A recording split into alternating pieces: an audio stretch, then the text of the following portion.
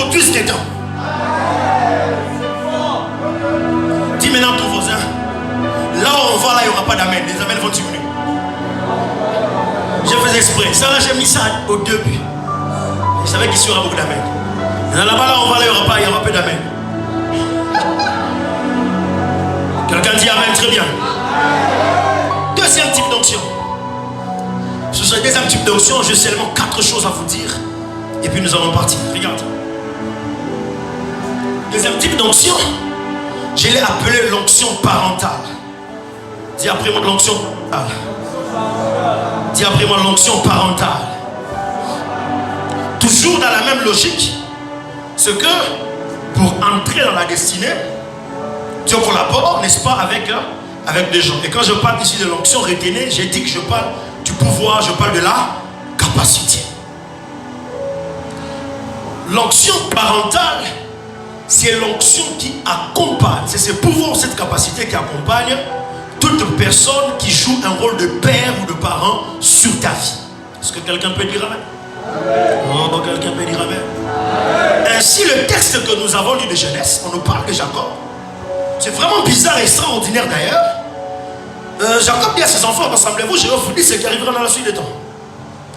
Et parmi les enfants de Jacob, il y avait un qu'on appelait Judas. Jacob a dit, Judas, toi tu es un roi. Le sceptre ne s'éloignera pas de ta main. La royauté jusqu'à ce que vienne les choses. Et la Bible déclare, ce que Jacob avait dit est arrivé comme ça. On est ensemble? Au point que, j'aime ce que je te dis maintenant, dis d'abord amen. Au point que, lorsque vous écoutez ou vous lisez la prophétie sur la venue de Jésus, Joseph n'a jamais été mentionné. Oh, dis amen, non? La Bible dit une vierge deviendra enceinte. On n'a pas dit une vierge est fiancée. Tous les prophètes qui ont annoncé la venue de Jésus n'ont jamais fait mention de Joseph. Donc, seule la prophétie suffisait pour justifier. Parce que déjà, ces gens-là croyaient, il avait dit une vierge deviendra enceinte. On suppose une vierge n'est pas mariée. Mais pourquoi Dieu a fait intervenir Joseph dans l'histoire? Parce que Dieu respecte l'onction. Dieu à ton voisin, Dieu respecte l'onction. Le simple fait, un père avait libéré ça sur son enfant. En disant que de toi sortira le roi. Et que celui qui devait naître le roi de rois, Dieu devait seulement s'organiser pour connecter ce roi des rois à une personne qui appartient à la lignée de Juda. Parce que Joseph était à la lignée de Juda. Et lorsque vous voyez la généalogie de Jésus-Christ, on a connecté la généalogie de Jésus-Christ à celui de Joseph. Lui qui n'a pas été annoncé par le prophète. Donc vous vous rendez compte, le pouvoir qu'un père peut avoir sur vous. Un père a parlé sur l'enfant, a parlé sur l'enfant, et cela est allé de génération. Et même Dieu s'est organisé pour s'aligner à cette parole-là. Ne t'inquiète pas. Quand je parle de père ici, je ne parle pas que de parents spirituels. Je parle aussi des parents biologiques. Et je reste convaincu. Je reste convaincu.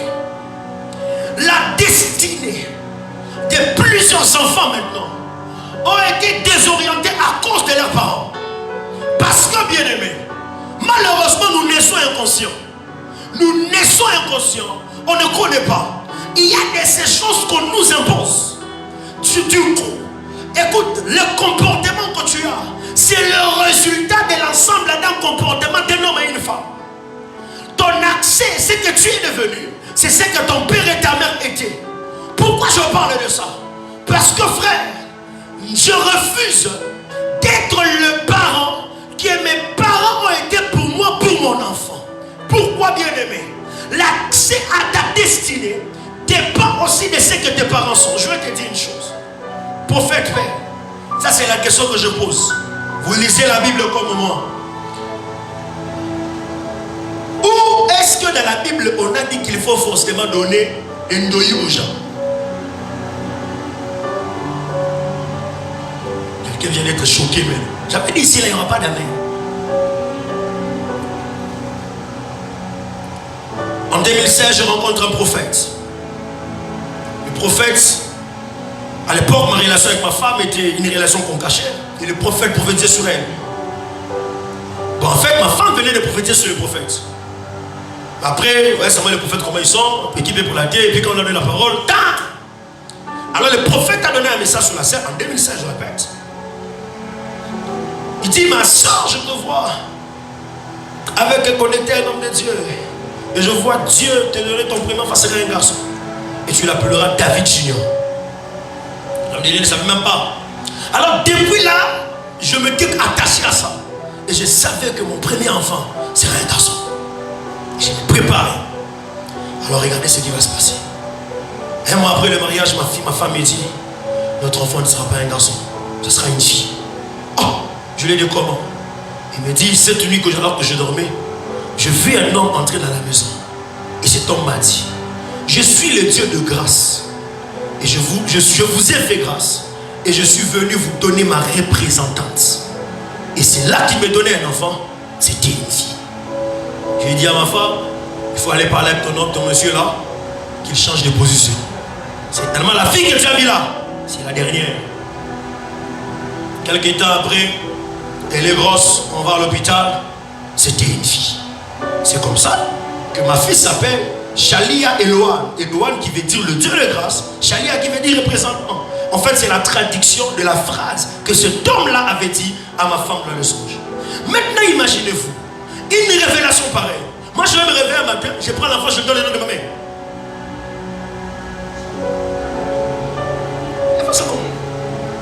Vous voyez comment est-ce que le parent a un rôle à jouer sur la destinée des enfants. Ainsi, aujourd'hui, on coupe les liens des noms. On a des enseignements sur les liens des noms, mais les noms là, tu as ça. Écoutez-moi, faites attention parce que vos parents ont un pouvoir. Et les pouvoirs qu'ils ont, moi j'appelle ça l'onction. Parce que Dieu vous a déposé entre leurs mains. Pour faire quoi? Pour vous introduire dans certaines choses. Regardez. La première chose que je voudrais que vous puissiez retenir sur les pouvoirs que marche avec l'onction parentale, c'est que l'onction parentale a le pouvoir de faire devenir. Dans les gars, on dira au commissaire, de faire devenir. C'est-à-dire, un parent peut libérer une parole sur toi. Et avec ce qu'il dit, tu les deviens. Parce que Dieu a doté les parents du pouvoir de faire devenir. Le jour où vous comprenez ça, vous allez arrêter de minimiser les paroles que vos parents libèrent sur vous. Mais vous irez vous agenouiller devant eux pour dire, papa, maman, dis des paroles sur ma vie. Car les parents ont le pouvoir de faire quoi? De faire devenir.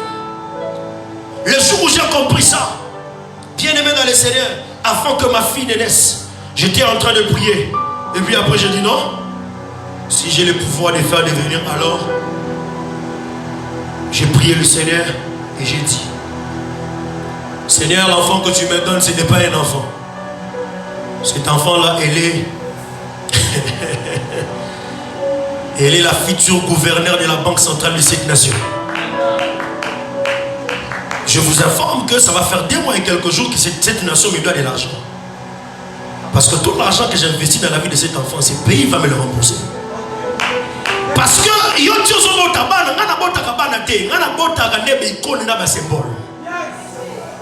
et je t'informe que tu vas te promener avec des billets d'argent dans cette nation avec la signature de ma fille. Mais qu'est-ce qui me fait dire ça? Parce que j'ai le pouvoir de faire devenir. Maintenant, si tu comprends ça, moi à ta place, tu toucheras ton ventre et tu dis, si lui là qui banque centrale, moi je récupère la primature. Maintenant, au lieu de me regarder, tu dis à l'église, dans l'église, nous comprendre notre pouvoir dans un endroit. Je peux introduire la destinée de quelqu'un. Je peux introduire mes enfants. Je me dire à quelqu'un, autant qu'un parent physique peut t'introduire, peut te faire devenir, un parent spirituel peut aussi te faire devenir. Peut aussi te faire devenir. Et je vous dis, vous verrez ça. Moi, le pasteur, moi, je suis en 2021. Oh, Oh non, pourquoi tu n'as pas dit prophétesse? J'ai dit quoi? Banque ça. Avant-hier, j'ai regardé l'enfant, j'ai dit à sa maman, moi non, non, c'est comme chiffre. Ah, mais bien dit ça. Quand ces chiffres se rapportent avec l'argent, non? Bambi est chiffre. Je vais commencer à l'appeler chiffre. Toucher l'argent. À moins qu'elle ne soit pas mon enfant. Mais si seulement elle est mon enfant, je vous dis, tu rencontres dans ta vie un enfant qui te dit que c'est mon enfant, mais tu le vois dans la pauvreté, il t'a menti, ce n'est pas mon enfant. Il t'a menti. C'est pourquoi je voudrais vous dire, certains ne sont pas mariés, vous allez vous marier, certains sont parents. Ne jouez pas avec la capacité que vous avez. Les premiers enfants qui ont existé sur la terre, ils avaient pour parents Dieu, Adam et Ève. Vous savez, quand Dieu les a créés, Dieu leur a dit, la Bible dit, l'Éternel les bénit et dit, soyez féconds. C'est-à-dire, Dieu les dit en ordonnant et à l'impératif. Parce que Dieu savait ce que je libère à le pouvoir de le faire devenir. Ainsi, les paroles que Dieu avait libérées étaient tout un pouvoir qui a été communiqué à Adam. Et la fécondité est entrée en eux. Et ces gens ont commencé à se multiplier selon les paroles qu'ils ont reçues. Dieu, donne-nous des parents qui parlent sur nous. Donne-nous des parents spirituels qui ne nous bloquent pas mais qui parlent sur nous. Notre destinée dépend de ces gens. Tu collabores avec eux pour nous introduire. J'annonce au nom de Jésus, tout ce que ton Père dira de toi arrivera. J'ai dit, tout ce qu'il dira de toi en bien. Mais tout parent qui dit du mal sur toi, j'aimerais t'informer, le Père spirituel a la capacité d'enlever ce que les parents biologiques parlent. Oh, dis amen, je te parle. Deuxième chose, l'onction parentale est accompagnée de la dimension prophétique. L'onction parentale est accompagnée d'une dimension prophétique qui touche la destinée des enfants. Regardez, c'est vraiment bizarre. Hein? Jésus né sur la terre, fils de Dieu, Emmanuel, Dieu parmi les hommes. La période où il naît, il y a un complot pour tuer tous les enfants mâles. Mais la Bible déclare, Joseph était en train de dormir et un ange lui est apparu. Et l'ange lui dit, prends l'enfant, fuis en Égypte. Moi je pensais que comme c'était Jésus, Dieu pouvait frapper d'aveuglement le soldat d'Hérode qui n'entre pas là où ils étaient. Dieu m'a dit, je ne fonctionne pas comme ça. Moi je collabore avec l'onction parentale. Je collabore avec l'onction. Donc la dimension prophétique de Joseph, qui était représentée par sa capacité de faire des songes, a épargné l'enfant Jésus de la mort. L'enfant Jésus n'est pas mort simplement parce qu'il avait un parent à l'Otaka. Vous voyez ça? Moi je reste convaincu, tout ce que nous voyons vivre ou nous vivons sur la terre, Dieu a toujours des gens qui communiquent cela et qui les parlent et qui les signalent. Mais il y a des parents qui n'écoutent pas et qui ne captent pas. C'est quoi le langage de Dieu? Et bien aimé, vous devez devenir des parents prophétiques, mais aussi être connecté, comment vous connecter à la dimension prophétique de vos parents. Ainsi, un parent peut te dire, n'y va pas, ne fais pas, sans explication, sans parole de connaissance. Ta destinée est dedans. Posez la question à Moïse, il vous dira comment Moïse a été épargné de la mort. Parce que sa maman avait vu qu'il était beau. Ça, c'est quel genre de beauté ça? On a comme l'impression que la beauté de Joseph était une beauté sorcellerie, comme de Moïse. C'était une beauté envoûtante. Ouais, parce que ça a envoûté sa propre mère. Ça me dit, ah, l'enfant ici, moi je le regarde. Si vous savez que la fille des pharaons a aussi gardé Moïse parce qu'il était beau. Lisez la Bible. Mais la maman là, comment ça c'était quelle beauté qui amène la maman à ne pas se détacher de l'enfant. Au point de dire non, cet enfant je vais faire quoi? Je veux le déposer quelque part. La destinée de Moïse a été épargnée. À cause de quoi? De la dimension prophétique de son père, de sa mère. Joseph le cas, il fait un son, son père lui parle. Je n'ai pas le temps d'entrer dans le détail pour vous expliquer comment est-ce que son propre père a été prophétique. Il a connecté son fils à une alliance puissante. lorsque vous avancez dans votre destinée, ne négligez pas et n'ignorez pas le pouvoir que vos parents ont sur vous. Ça peut être biologique ou spirituel. Si vos parents biologiques ne sont plus, bénissez Dieu, vous avez des parents spirituels dans cette église qui peuvent, bien aimer, vous orienter vers l'accès à votre destinée. Parce que Dieu leur a donné le pouvoir. Ne discutez pas avec l'onction parentale. Il y a quelque chose de mystérieux dedans. J'entends quelqu'un dire, tu as qui impact séminaire. Et comme il s'en va, la destinée est dans ces choses. Envoyez la main, je te parle. Je ne sais pas si ça va marcher chez toi si vous faites peur, mais je ne vous conseille pas de faire ça. Parce que moi, j'ai une mauvaise expérience. En tout cas, je ne vous conseille pas. Mais moi, j'ai une mauvaise expérience. Quand mon enfant est né là, j'ai eu pitié de ma femme. J'ai dit, bon, là, il y a quand même une grossesse difficile. Après. Elle dit, bon, ça va. Il faut aller chez ta mère. Elle allait là-bas 1 mois. Vous faites peur. Vous connaissez ce qu'on appelle le piaka. Cette dimension de piaka là, je l'avais vécu quand j'étais encore célibataire. Donc un piaka qui m'a touché au point que j'ai manqué même 500 francs pour payer les transports pour aller rendre visite à mon enfant. J'étais assis là, mais je disais pas. J'étais au téléphone avec ma mère. Je lui dis, maman, ça va pas. Je n'ai pas d'argent, voilà. Bon, elle parlait. Mais elle ne savait pas qu'elle avait libéré une information. Elle me dit, papa, écoutez la phrase. Yozui lipa molina yo oke otinziki mosoki kuna musika. Bongole la pierre à teneni. Récupère ta femme, ramène à la maison et tu vas voir tout va aller. Je lui ai dit, maman, est-ce que tu sais ce que tu viens de dire? Oh, je l'ai dit, mais pardon. Non, tu n'as pas mal parlé, je te reviens, j'ai raccroché. Je viens te rappeler ma femme. Je lui ai dit, prépare-toi, samedi tu rentres. Et puis je rappelle maman, oh quoi? Je lui ai dit ce que tu viens de dire là. En fait, c'est pas toi, c'est Dieu qui a parlé. Et c'était un mercredi, je l'appelle. Donc, samedi, elle devait rentrer pour faire paix. Jeudi soir. Donc, tout l'argent dont j'avais besoin pour faire les travaux à la maison, là, qu'il a retardé, je l'ai eu jeudi soir. Donc, Dieu attendait seulement que je prenne la décision.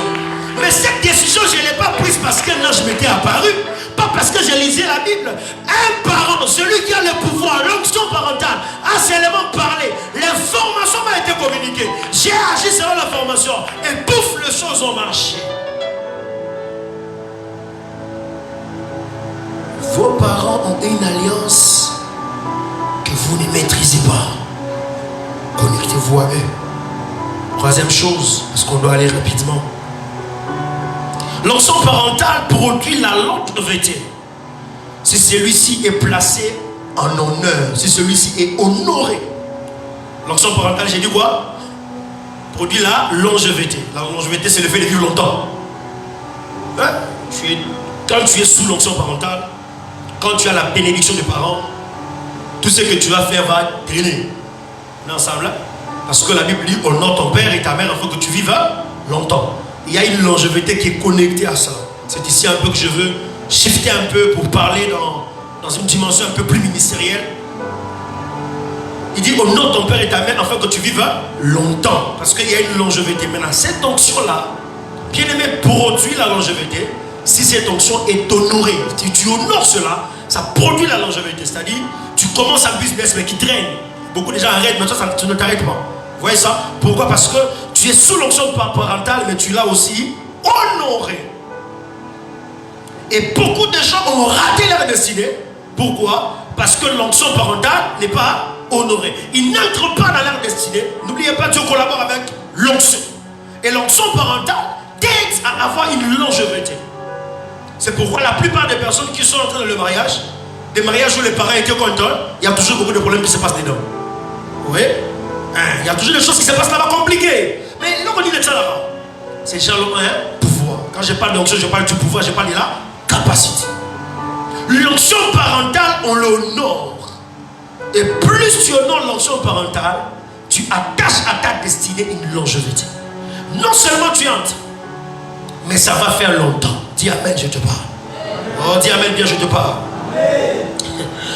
Je vais faire avec vous une étude comparative. Et certaines choses, je dirais, ça n'engagera que moi. une étude comparative entre deux personnages qui ont tous deux obtenu l'onction, reçu l'onction. Mais vous allez vous rendre compte que les deux, le contexte parental a été fauché quelque part. Regardez. Si vous observez, Saül a été loin. Oui. David aussi a été loin. Bizarrement, le papa de David a fait de brebis. Le papa de Saül aussi en avait. Bizarrement, David, c'est lui qui gérait les brebis de son père. Mais moi, aujourd'hui, j'affirme que c'est Saül aussi qui gérait les brebis de son père. Pourquoi je l'affirme? Parce qu'il y a un principe avec le brebis. C'est que les brebis ne reconnaissent que la voix de leur berger. Alors, si les ânesses sont perdues, celui qu'on doit envoyer les retrouver, ça doit être leur berger. Parce que le berger reconnaît ses brebis et les brebis reconnaissent la voix du berger. Si on envoie quelqu'un d'autre, les brebis ne vont pas savoir que vous connaissez. Donc Saül aussi avait une liaison avec les brebis de son père. Mais regardez, les deux étaient en dehors de la maison du père quand l'onction est arrivée. David était en train de perdre le troupeau quand Samuel est arrivé. Saül était en dehors. Mais le problème entre les deux, c'est quoi? C'est que David était dehors par envoi du père. Mais Saül était dehors à cause d'un problème qui s'était créé dans la maison du père. C'était quoi le problème? La perte des ânesses. J'aimerais vous dire une chose. Toute onction que vous recevez, en dehors de l'autorisation parentale, cette onction n'a pas de longévité, ça vous amènera nulle part. Ainsi, David, l'onction qu'il avait reçue, on l'a ramené à la maison par autorisation de son père Isaïe. Et cette onction a fait que David a régné de génération en génération. Et le trône de David est fort jusqu'à présent. Pourquoi? C'est qu'on reçoit sous l'onction parentale à la longévité. Ça veut dire qu'ici il n'y aura pas d'amen, non? Dites amen. Comme vous dites pas amen là même, je vais insister. Vous voyez ça? C'est-à-dire que Saül se retrouve dehors à cause d'un problème. Les années sont perdues. Maintenant, pourquoi Dieu avec David, quand Dieu a dit à Samuel, tu vas aller vaincre, Dieu a dit à Samuel, tu vas aller vaincre un fils d'Isaïe. Vous savez que Dieu n'avait jamais dit à Samuel le nom de David. Samuel ne connaissait pas qui il allait vaincre. Il n'avait jamais dit ça. Dieu avait seulement dit au prophète Isaïe. Et Samuel est parti dans la maison d'Isaïe. Mais pourquoi Dieu, pour David, il a accepté de passer par son père, mais pour Saül, Dieu n'a jamais consulté son père?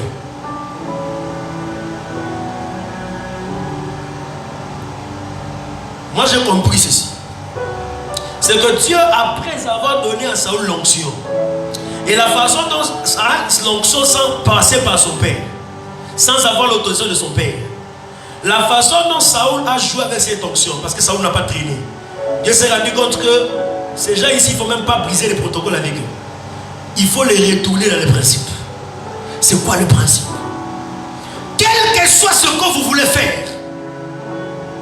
ayez ce cœur humble de consulter ceux qui ont l'onction paternelle sur vous. Écoutez ce qu'ils vont vous dire et faites-le. Ayez l'autorisation de ces gens. Et je peux le dire, prophète Père, je n'ai jamais peur, même si Satan se lève contre moi pour me dire que tu vas échouer. Même si les sorciers devenaient 1 million de fois sorciers contre mon ministère, je n'ai jamais peur. Même si dernièrement, là, un prophète est venu dire, il y a tel moment l'église qui va mourir, on va la tuer pour que aussi ma touche comme on dit. Je n'ai jamais peur. Pourquoi? Parce que ce travail, je ne l'ai pas commencé par courage et par moi-même. Je ne l'ai pas commencé par courage et par moi-même.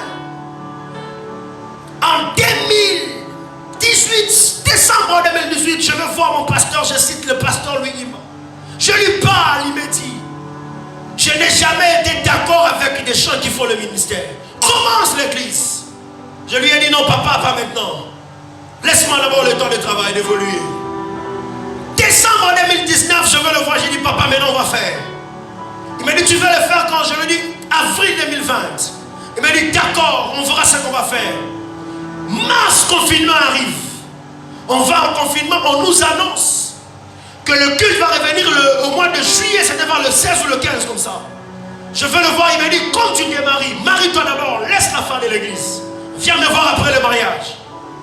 Je n'ai pas discuté, parce que mon programme à moi, c'était dès qu'on reprend le culte. Je commence le dimanche matin. Il m'a dit, non, marie-toi d'abord. J'ai attendu. Et en novembre, quand on a fini de construire, je suis allé le voir, papa, on finit de construire. Il m'a dit, tu veux le faire quand? En février 2021. Et en février 2021, le culte inaugural était vendredi. Le mercredi de ce jour-là, je suis allé dans son bureau, moi et ma femme. Il m'a imposé le main, il a prié pour moi, il m'a dit, vas-y pas et tu as ma bénédiction. C'est pourquoi j'ai toujours su, à chaque fois que l'ennemi viendra pour m'arrêter, si mes prières ne marchent pas, je rappellerai les prières de ce mardi-là, dans ce bureau-là, où je dirai, il y a une onction parentale qui a été sur moi. Toi, qu'est-ce que tu vas revendiquer? On a des gens à l'église qui se marient, qui prennent des décisions. En fait, le pasteur, on vient l'informer. On n'informe pas l'onction, on consulte l'onction. Dis à ton voisin, on n'informe pas l'onction, on consulte l'onction. Et c'est par ici que je finis.